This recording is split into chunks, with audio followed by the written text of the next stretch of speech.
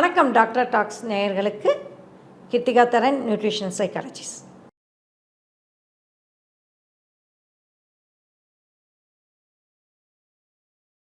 இன்றைக்கு என்ன பேச போகிறோம் அப்படிங்கிறத பார்க்குறோம்.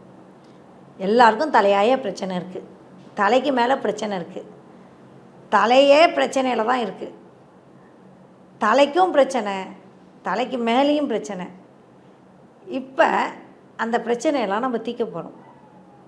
என்ன அப்படின்னா, நம்மளுக்கு எல்லாத்தையும் விட ஏன் நம்ம தலைவருக்கே அந்த பிரச்சனை இருந்தது. என்னென்னா, முடி கொட்டி ஹேர் டிரான்ஸ்பிளான்டேஷன். முடி கொட்டுறதை பற்றி பேசிட்டோம். இன்னொன்று முடி நரைக்குது. முடி கொட்டுறது டென்ஷனாலன்னு தெரியும். நம்மளுக்கு முடி நரைக்கிறது எதனால் அப்படின்னா, இப்போ என்னை எடுத்துக்கிட்டிங்க அப்படின்னா, எனக்கு ஒன்றுமே முடி நரைக்கலை. என்னோடய ஏஜ் ஓப்பனாகவே சொல்கிறேன், 51 ஆகுது. எனக்கு முடி நரைக்கலை, மெனோபாஸ் ஸ்டேஜில் இருக்கேன். ஏன்னா எல்லாரோட கதையும் தான் எப்போதும் பேசிகிட்டு இருக்கோம், நம்ம கதையை யார் பேசுகிறது? திடீர்னு என்னாச்சு அப்படின்னா, ஒரு வாரமாக வீட்டில் ஒரு பெரிய பிரச்சனை. தூக்கம், மெனோபாஸில் ஆல்ரெடி தூக்கம் போயிடுச்சு.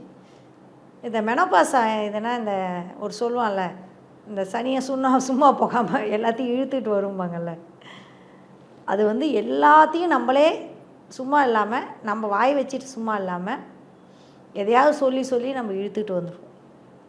அப்போ அப்படி ஒரு சிக்கல், பெரிய சிக்கலில் மாட்டிக்கிட்டேன். ஏற்கனவே அரைக்குறை தூக்கம், இப்போ ஃபுல் தூக்கமும் போயிடுச்சு. தூக்கம் போனோன்னே ஒரு வாரத்தில் பார்க்குறேன், இங்கே 5 இடத்துல 5 முடி நரைச்சி போச்சு. அப்புறமா என்ன பண்ணேன் அப்படின்னா, சரி இந்த 5 முடியோடு நிப்பாட்டிப்போம் அப்படின்னு சொல்லி, நம்ம வழக்கமாக செய்கிற மாதிரி அந்த 5 முடியை மட்டும் சரி பண்ணி உள்ளே இது பண்ணிவிட்டு, என்ன காரணம் அப்படின்னா, தூக்கமின்மையும் கவலையும் தான் முடி நரைக்க முக்கிய காரணமாக இருக்குது. எப்படியோ 50 வயசு வரைக்கும் எந்த கவலையும் இல்லாமல் ஓட்டியாச்சு. இன்னொரு 50 வயசு வரைக்கும் கவலையே இல்லாமல் ஓட்டிட்டா ஓரளவுக்கு முடி நரைக்கிறத. அப்போனா கவலை இல்லாட்டி முடி நரைக்காதா? இல்லை, முடி நரைக்க நிறைய விஷயங்கள் இருக்குது. ஒன்று, நம்ம முடியை கெடுக்கிறது, நம்மளோட ஆல்ரெடி பார்த்தோமே ஸ்கின் மைக்ரோபயோமை சரி பண்ணாமல் இருக்கிறது, முடிக்கான நியூட்ரிஷனை கொடுக்காமல் இருக்கிறது. முடி நரைக்க முக்கியமான காரணம் என்ன அப்படின்னா, மெலமைன் அப்படிங்கிற அந்த மெலனின் அப்படிங்கிற அந்த நிறம் அப்படிங்கிறது. அந்த நிறத்துக்கான உற்பத்தி தலைக்குள்ள ஃபாலிக்கலில் உற்பத்தி ஆகும். அந்த உற்பத்தி சரியில்லாமல் இருக்கிறது. சில பேர் ஜெனட்டிக்காகவே இளநரை அப்படிங்கிற ஒரு சிக்கலில் இருப்பாங்க. இது எல்லாமே சேர்ந்தது தான் முடி நரைக்கும். தலை முடிக்கு உயிர் இல்லை. அதனால தான் நீங்கள் எவ்வளோ அடித்தாலும் தாங்குது. எவ்வளோ நான் நல்லவன்டா, எவ்வளோ என்னாலும் அடிச்சிக்கனாலும் அதுக்கும் ஒரு லிமிட்டேஷன் இருக்குது. அப்போது நம்ம கலரிங்கே பண்ணுறாங்க, ஹென்னா போடுறதோ கலரிங் பண்ணுறதோ எல்லாமே ஓகே. ஆனால் இப்போ என்னையே கேட்டிங்கன்னா, நரைச்ச முடியோட வெளில வா அப்படிங்கிறத விட நான் ஏதாவது ஒரு கலரிங் போட்டுக்க தான் விரும்புவேன். கண்டிப்பாக அது மனித இயல்பு. அதே சமயம் ஒரு லிமிட்டேஷனோடு நிப்பாட்டிக்கணும். இன்றைக்கி கேன்சர் தரக்கூடிய நிறைய கலரிங் மெட்டீரியல்ஸ் வருது. லேபிள் அப்படின்னு ஒன்று இருக்கும். அதாவது 1% தான் அலோவுடு, பெர்மிட்டட் அப்படின்லாம் இருக்கும். 1% தான் விஷம் இருக்குது, 0.5% தான் விஷம் இருக்குது அப்படின்னா அதை வாங்காமல் முடிந்த வரைக்கும் அந்த லேபிளிங் பார்த்து தேவையான பொருளை வாங்கிறது. அதுமாதிரி இப்போ ஹென்னாங்கன்னா போடுறோமே தவிர்த்து, அந்த ஹென்னாவை எப்படி தயாரிக்கிறாங்கன்னு தெரியாது. சும்மா ஆர்கானிக் சொல்கிறோமே தவிர்த்து, வீட்டில் நம்ம மருதாணி அரைச்சி போடுறோமானா போட முடியாது. அந்த சிவப்பு நம்மளுக்கு பிடிக்காது, கருப்பாக ஆகணும்னு தான் விரும்புவோம். அப்போ அந்த கருப்பான நிறம் தருவதற்கு நிறமிகள் கெமிக்கல் பாண்டிங் தான் அதிகமாக வரும். நம்ம நேச்சுரலில் கொஞ்சம் கம்மியாக தான் வரும். ஸோ அதில் முடிந்த அளவுக்கு மிக மிக எளிமையாக இருக்கிறத மட்டும் நம்ம ஃபாலோ பண்ணி, அளவாக ஃபாலோ பண்ணி, அப்படியே போட்டு அப்படியே எப்போ பாரு பர்ஃபெக்டாக பிளாக் கலரில் இருக்கணுங்கிறத விட ஓகே இட்ஸ் ஓகே அப்படின்னு சொல்லி 2 கலரையும் அக்செப்ட் பண்ணிவிட்டு நம்ம போகும்போது ஓரளவுக்கு நிறம் சரி பண்ணிவிட்டு நம்ம ட்ராவல். ரொம்ப சீக்கிரமாகவே இளநரை வரதில்ல மேம், அது பெண்களாக இருக்கட்டும் ஆண்களாக இருக்கட்டும், ரொம்ப சீக்கிரமான ஏஜில் வெள்ள முடி வருது, அதை எப்படி மேம் தடுக்கிறது? மெயின் ஸ்ட்ரெஸ்ஸு தான். அடுத்து ஹார்மோன்ஸ். இது 2த்தையும் சரி பண்ணிவிட்டு நியூட்ரிஷன்ஸ், 3வது நியூட்ரிஷன். இப்போ ஜெனட்டிக்காவே சில பேத்துக்கு வருது அப்படின்னா, அதை வந்து நம்ம எப்படி கியூர் பண்ணிக்கிறது? முடிஞ்ச வரைக்கும் தள்ளி போடலாம். நான் சொல்கிறேன் இல்லையா, எனக்கு 50 வயசு, என்னோடய எக்ஸ்பீரியன்ஸில் சொல்கிறேன். எனக்கு முடி நரைக்கலை. ஒரு ஒரு 1, 2 எங்கேயாவது இருக்கலாம். தவிர என்ன பொதுவாக இந்த இந்த இந்த விஷயத்தை வந்து நம்ம முடி நரைக்கலை அப்படின்னு தான் நம்ம சொல்லுவோம். இந்த 1, 2 எக்ஸெப்ஷன்ஸை தவிர்த்து. ஏன் நரைக்கலை அப்படின்னு பார்க்கும்பொழுது, நான் பெருசாக முடி பராமரிப்பாளராக இல்லை, நான் ஏன்னா ஒரு ட்ராவலர். இப்போ மெட்ராஸில் 10 நாள் இருப்பேன், பெங்களூரில் இருப்பேன், பொலிட்டிக்கலாக நான் நிறையா ட்ராவல் பண்ணுவேன். அப்படிங்கிறப்ப என்னோடய ஹேர் கேர் வந்து ஆல்மோஸ்ட் 0. இருந்தாலும் என்னோடய ப்ளட் ரிப்போர்ட் பார்த்திங்கன்னா எந்த நியூட்ரிஷன் டெஃபிஷியன்ஸும் இருக்காது. விட்டமின் டிக்கு கரெக்டாக சப்ளிமெண்ட் சாப்பிட்ருவேன். அப்புறம் ஓரளவுக்கு சாதாரண ஷாம்பு போட்டு சும்மா தலையை கழுவி எண்ணெயை தேய்ச்சி தலையை கழுவி, இதை தாண்டி நான் எதுவும் செய்யறதில்லை. எந்த ஸ்பெஷல் ஷாம்பும் என்கிட்ட கிடையாது, எந்த இதுவும் கிடையாது. எங்கேயாவது கல்யாணத்துக்கு போனால் மட்டும் கொஞ்சம் லைட்டாக ஒரு ட்ரையர் மாதிரி போட்டு தலையை நல்லா சீவிட்டு போனோம் அப்படின்னா, முதல்ல முடி கொட்டுறதை நிப்பாட்டுறதோ இளநரையை நிப்பாட்டுறதோ நம்மளுக்கு நிறைய விஷயம் முடியாது. ஆனால் தவிர்க்கலாம். என்னென்னா, சரியான பராமரிப்பு இருக்கிற முடி நல்லா வளரும். மேம், இப்போ யூஸ்வலாக எல்லா ப்ரொஃபஷன்லேயும் வந்து இப்போ ஏர் ஹோஸ்டஸாக இருக்கட்டும், இல்லை ஒரு நியூஸ் ப்ரெசென்டராக இருக்கட்டும், இவங்க எல்லாருமே அவங்களோட நேச்சுரலாகவே அவங்களோட ப்ரொஃபஷனே வந்து அவங்களோட ஹேருக்கு டெய்லியும் ஹீட் யூஸ் பண்ணுறது அப்படிங்கிறது ஒன்று இருக்குல்ல. ஸ்ட்ரெயிட்டனிங், கேர்ள்ஸ், இப்படி ஆக்ட்ரஸ்லாம் அவங்க இன்க்ளூடிங் அவங்கெல்லாம் வந்து பராமரிச்சிருப்பாங்க. பட் இவங்கெல்லாம் வந்து டெய்லியும் அதை பண்ண வேண்டியதாக இருக்கும். ஸோ அப்படி இருக்கக்கூடிய ப்ரொஃபஷனில் இருக்கக்கூடிய பெண்கள் எப்படி தன்னுடைய முடியை வந்து பராமரிக்க முடியும்? நம்மளோட ஹேர் ஃபாலிக்யூல் பற்றி சொன்னேன். பொதுவாக அந்தமாரி செய்யும்போது எனக்கு நான் அதுமாரி ஒரு செஞ்சப்போ என் முடி வந்து நல்லா திக்காக தடினமாக இருந்தது. முடி வந்து தின்னாயிடுச்சு. தின்னாகும்போது அந்த ஹேர் ஃபாலிக்யூல் என்ன ஆகுதுன்னா, நல்லா இந்த ஹேர் ஃபாலிக்யூல் தான் இந்த என்ன சொல்கிறது, முடி வளர்கிறதுக்கான தடிப்பை வந்து அந்த என்ன சொல்கிறது, இந்த முடி வந்து இப்படி வளருது அப்படின்னா நம்ம இப்படி வச்சுக்கலாம். இவ்வளோ தடி இருக்கிற இடத்துல இந்த இடம் சுருங்கிடும். இந்த இடம் சுருங்கிடும். சுருங்கும்போது இப்போ இந்த இவ்வளோ 2 பங்கு தடி இருக்கிற இடத்துல இப்படி ஒரு பங்காயிடும். அதுதான் ஹேர் தின்னிங் அப்படிம்பாங்க. இந்த மாதிரி கெமிக்கல்லாம் போடும்போது ஏதோ ஒரு விஷயத்தினால அந்த ஃபாலிக்யூல் வந்து தன்னோட இதை சுருக்கிடுது. பொதுவாக வந்து ஹேர் தின்னிங் வந்து மெனோபாஸில் நடக்கும், ஏஜிங்கில் நடக்கும், ஹார்மோனல் இஷ்யூஸில் நடக்கும். ஸோ நம்மளோட எஸ்ட்ரோஜன், எல்எஸ்ஹெச், பிஹெச் இந்தமாரி நம்மளோட நிறையா ஹார்மோன்ஸ் என்ன பண்ணோம் அப்படின்னா, சரியாக நம்மளுக்கு சுரக்காதப்ப இந்த ஃபாலிக்யூலில் அந்த 2 ஸ்ட்ராண்டு இருக்கிற அளவுக்கு தின்னாக இருக்கிற ஹேரு, ஒரு ஸ்டாண்டு எப்படி திக்காக இருக்கிற ஹேர் தின்னாக மாறக்கூடிய வாய்ப்புகள் அதிகம். இந்த மாதிரி விஷயங்கள் நான் கவனிக்கிறப்ப என்னோடய கிளைண்ட்ஸ் வந்து ஹேர் எப்போல்லாம் தின்னாகுதுன்னா, இந்த மாதிரி கெமிக்கல் ட்ரீட்மெண்ட்டுக்கு போகும்பொழுது ஹேர் தின்னாகக்கூடிய வாய்ப்புகள் அதிகம். இன்னுமே அதை பற்றி அது சைடு எஃபெக்ட் இல்லை, சைடு எஃபெக்ட் இருக்குது, ஆராய்ச்சிகள்லாம் பண்ணிகிட்ருக்காங்க. நல்லா தானே இருக்குது, அது எதுக்கு தொட்டு கெடுப்பானே, முடி மாட்டுக்கு அதை இருந்துட்டு போகுது. ரொம்ப இருந்ததுன்னா லைட்டாக அந்த ப்ரோட்டீன் ட்ரீட்மெண்ட் கொடுக்குறாங்க. அந்த ப்ரோட்டீன் ட்ரீட்மெண்ட் பண்ணிங்கன்னா ஓரளவுக்கு அந்த முடியை வந்து நம்ம பராமரிக்கலாம். எதுவுமே டூ மச்சாக செய்யாமல் இருக்கிறது நல்லது. Okay ma'am. இப்போ எல்லாத்துக்குமே வந்து சின்ன வயசுலேருந்து எல்லாத்துக்குமே ஹேர் வந்து நல்லா டென்சிட்டியாக இருக்கணும் அப்படின்னு சொல்லிட்டு விரும்புவாங்க. சின்ன வயசுலேருந்து ஒரு மித்தா இல்லை அது என்ன மேம் சொல்கிறாங்க, இப்போது பின்னி போட்டால் வந்து முடி வளரும், எண்ணெய் நல்லா வச்சுட்டு நல்லா பின்னி மடித்து கட்டினா முடி வளரும் அப்படிலாம் சொல்கிறாங்களே, அது உண்மையா?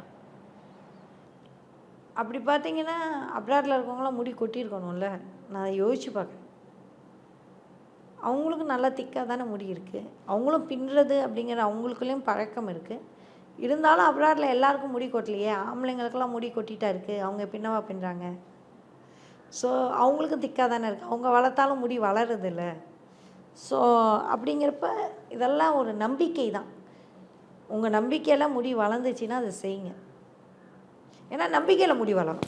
ஏன்னா நம்பிக்கை வந்து ஒரு ஹாப்பினஸ் கொடுக்கும், ஒரு உறுதித்தன்மையை கொடுக்கும், அதை உங்களை அடுத்த கட்டத்துக்கு கொண்டு போகும். ஸோ நம்பிக்கை மூலமாக வளர்க்கணும். ஓகே மேம், எப்படி ஆயில் வைக்கிறது சரியா தப்பா? ஆயில் வந்து இந்த நம்ம ஆல்ரெடி சபேஷியஸ் கிளாண்டில் ஆயில் வந்து செக்ரிయేட் ஆகும். அப்போ வந்து நம்மளுக்கு தலையிலே கட்டிகள் கூட உருவாகும். வேர்வை, ஆயில், தூசியினால் எப்படி பிம்பிள்ஸ் வருதோ தலையிலையும் உருவாகும். அப்போ உங்களோட தலையோட ஸ்டைல் வச்சு ஆயில் வைக்கலாம். ஆயிலை முடிஞ்ச அளவுக்கு நீங்கள் வாஷ் பண்ணிட்டீங்கன்னா நல்லது. முக்கியமாக தேங்காய் எண்ணெய். ஆயில் பாத் எடுத்தால் முடி வளருமா அப்படிங்கிற ஒரு கேள்வி உண்டு. ஆயில் பாத் எடுத்தால் வளருதா இல்லையான்னு தெரியாது. ஆனால் உங்களோட ஸ்ட்ரெஸ்ஸு குறையும்.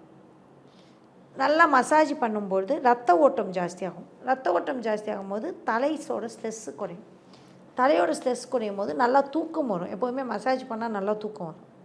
தூக்கம் வரப்போ இங்கே ரத்த சப்ளையும் ஜாஸ்தியாகி ஸ்ட்ரெஸ்ஸும் குறையும் பொழுது முடி கொட்டுவது கொஞ்சம் குறையும். ஸோ ஆயில் பாத் அப்படிங்கிறத விட ஆயில் மசாஜ், என்னோடய கிளைண்ட்ஸுக்கே நான் வாரம் வாரம் ஆயில் மசாஜ் எடுக்க சொல்லுவேன். ஏன்னா ரத்த ஓட்டம் அங்கே ஜாஸ்தி ஆகிறதுக்கும் ஸ்ட்ரெஸ்ஸு குறையிறதுக்கும் நல்லா தூங்குறதுக்கும். ஸோ ஆயில்னால் முடி வளரல, உங்கள் ஸ்ட்ரெஸ்ஸு குறையிறதுனால ரத்த ஓட்டம் அதிகரிக்கிறதுனால வளருது. Okay ma'am. இப்போது பொதுவாக வந்து நம்ம ஹேர் அப்படின்னு எடுத்துக்கிட்டாலே அதுக்கு வந்து தனி கவனம் செலுத்துகிறாங்க இல்லையா?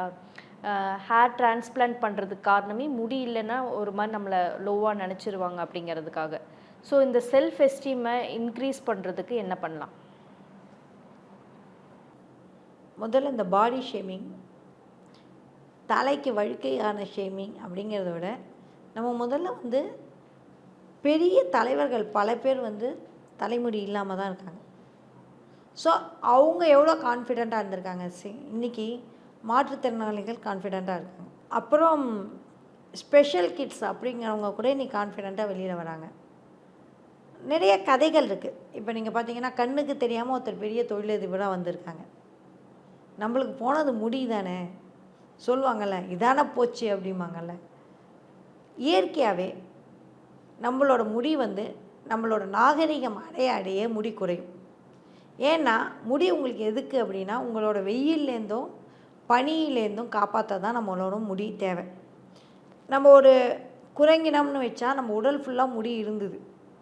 இப்போ உடலுக்கு முடி தேவையில்லை, தலைக்கு மட்டும் ஒரு அழகுக்கு தான் தேவை அப்படின்னு காப்பாற்றும் பொழுது அந்த அடுத்த கட்ட மனித வளர்ச்சி, மனித நாகரிகம் வந்து முடி வளர்ச்சியை குறைத்து நம்ம ஏன்னா ஏசியில் அதிகம் இருக்கும், அதுக்கு தான் அதிக அளவில் வெளியில் போகணும், விட்டமின் டி அதிகம் எடுத்தால் தான் முடி நம்மளுக்கு தேவைன்னு உடல் நினைக்கும். Okay ma'am. இப்போது சப்ளிமெண்ட்ஸ், கம்ஸ் எல்லாம் எடுக்கிறாங்களே ஹேர் க்ரோத்துக்காக, அது சரியா? பயோட்டின் சப்ளிமெண்ட் வந்து ரொம்ப எடுத்தால் இப்போ இருக்க ரிசர்ச்சில் ரொம்ப ப்ரொலாங்டு பயோட்டின் சப்ளிமெண்ட் சிக்கலுக்கு ஆகுதுங்கிறாங்க. என்னை பொறுத்த வரைக்கும் அயன் கம்மினா அயனுக்கான உணவு எடுங்க, விட்டமின் சி கம்மினா விட்டமின் சிக்கான உணவு எடுங்க, இரும்பு சட்டியில் சமைங்க, ஸ்ட்ரெஸ்ஸை குறைங்க, நல்லா தூங்குங்க.